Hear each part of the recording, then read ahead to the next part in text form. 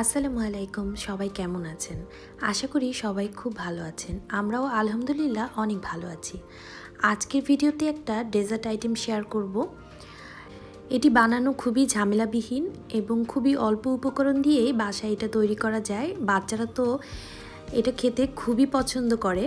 আমি আজকে আপনাদেরকে বাসায় তৈরি করে দেখাবো হরলিক্স পুডিং। চলুন তাহলে আজকের এই মজাদার রেসিপিটি শুরু করে ফেলি। আমি এখানে হরলিক্স পুডিং তৈরি করতে নিয়েছি 3টা রুম টেম্পারেচারে থাকা ডিম, নিয়েছি চিনি আর নিয়েছি হরলিক্সটা সাধারণত সবার বাসায় থাকে। আমি জুনিয়র হরলিক্স ব্যবহার করছি। আপনারা যে কোনো ফ্লেভারের হরলিক্স ব্যবহার করতে পারেন, কোনো সমস্যা নেই। আর এখানে দুধ নিয়েছি আমি। এখানে আধা লিটারের মতো দুধ আছে। আমি হালকা করে জাল দিয়ে নিয়েছি। তার ভিতরে আমি দিয়ে দিচ্ছি হরলিক্স। যেহেতু আমার দুধটা একটু গরম আছে, আমি এজন্য ওই দুধের ভিতরে হরলিক্সটা আগেই দিয়ে নিচ্ছি। হরলিক্সটা দিয়ে খুব ভালোভাবে নেড়ে মিশিয়ে নিতে হবে, যেন কোনোভাবে দলা বেঁধে না থাকে। হরলিক্সটা ভালোভাবে মেশানো হয়ে গেলে আমি এর ভিতরে দিয়ে দিব চিনি। আমি এখানে 2 টেবিল চামচের মতো চিনি ব্যবহার করেছি। চিনিটা আপনাদের টেস্ট অনুযায়ী দিবেন। কেউ যদি একটু বেশি মিষ্টি খেতে চান, সেক্ষেত্রে একটু বেশি মিষ্টি দিলেও হবে। খুব ভালোভাবে হরলিক্স চিনি দুধের সাথে মিলিয়ে নিচ্ছি আমি। আর এর মাঝে আমার দুধটা কিন্তু ঠান্ডাও হয়ে গেছে। ভালোভাবে মিশানো হয়ে গেলে আমি এর ভিতরে দিয়ে দিব ডিম। আমি 3টা ডিম ভালোভাবে ভেঙে তারপরে আস্তে আস্তে করে দুধের মিশ্রণের সাথে ডিমগুলোকে মিশিয়ে নিব। এটা খুব সাবধানের সাথে করতে হবে এবং কোনোভাবেই কিন্তু ডিমটা গরম দুধের ভিতরে দেওয়া যাবে না। ডিমটা ঠান্ডা হয়েছে ভালোভাবে, আমি তারপরেই দিয়ে খুব ভালোভাবে মিশিয়ে নিয়েছি এবং মেশানো হয়ে যাওয়ার পরে আমি একটা ছাঁকনির সাহায্যে দুধের মিশ্রণটি একটু ছেঁকে নিচ্ছি। এটা অবশ্যই করবেন, তাহলে পুডিংটা খুব সুন্দর মসৃণ হবে এবং সফট হবে। খুব ভালোভাবে মেশানো হয়ে গেছে। আমার পুডিংয়ের পিউরিটা তৈরি করা হয়ে গেছে। আমি এখন ক্যারামেল তৈরি করব। প্রথমে চুলায় একটি কড়াই বসিয়ে আমি 2 টেবিল চামচের মতো চিনি দিচ্ছি। আমি এখানে লাল চিনিটা ব্যবহার করছি, সাদা চিনি ব্যবহার করলেও হবে, কোনো সমস্যা নেই। চিনি দিয়ে কয়েক সেকেন্ড আমি অপেক্ষা করব। চুলার তাপটা কিন্তু এই পর্যায়ে লো ফ্লেমে রাখতে হবে। খুব সুন্দর করে আমি ক্যারামেল তৈরি করে নিচ্ছি। কয়েক সেকেন্ড চুলার উপরে চিনিটা রেখে দিলেই আস্তে আস্তে করে অনেক সুন্দর করে ক্যারামেল তৈরি হয়ে যাবে।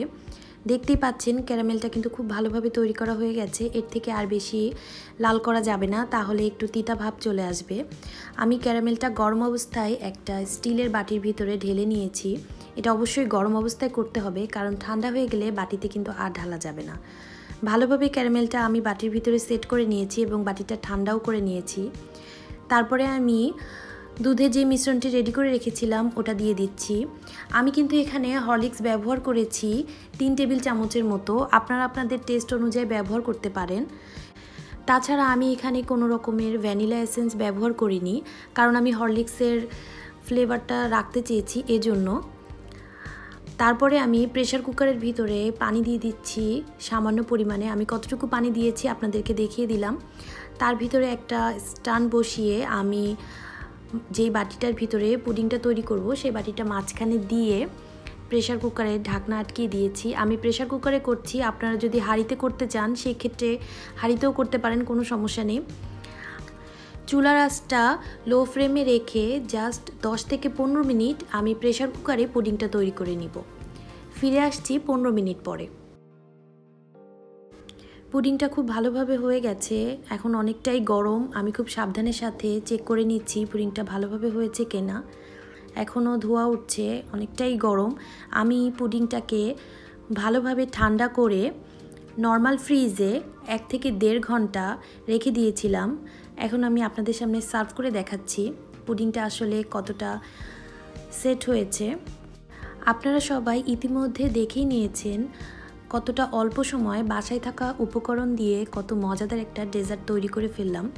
এটা খুবই ঝামেলাবিহীন, খেতে অসাধারণ লাগে। এটা কিন্তু খুব হেলদি একটা খাবার, আর বাচ্চাদের জন্য তো খুবই ভালো হবে। এভাবে হরলিক্স দিয়ে মজাদার পুডিং তৈরি করলে বাচ্চারা খুব আগ্রহ নিয়ে খাবে। যাদের বাসায় ছোট বেবি আছে, আমি মনে করি আমার আজকের রেসিপিটি তাদের জন্য খুবই হেল্পফুল হবে।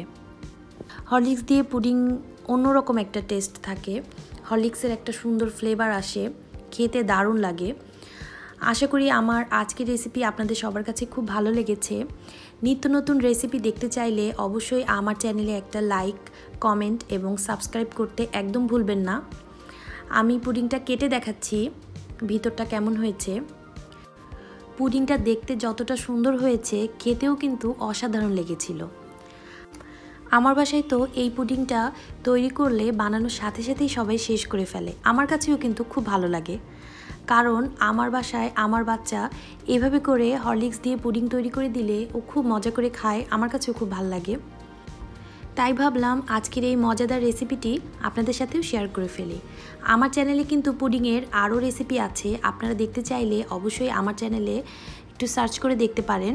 আশা করি আপনাদের সবার কাছে খুব ভালো লাগবে। আমি সবসময় চেষ্টা করে যাই আপনাদের সাথে ইউনিক সব রেসিপি শেয়ার করার জন্য। আশা করি আমার সবগুলো রেসিপি আপনাদের সবার কাছে খুব ভালো লাগে। আল্লাহ হাফেজ।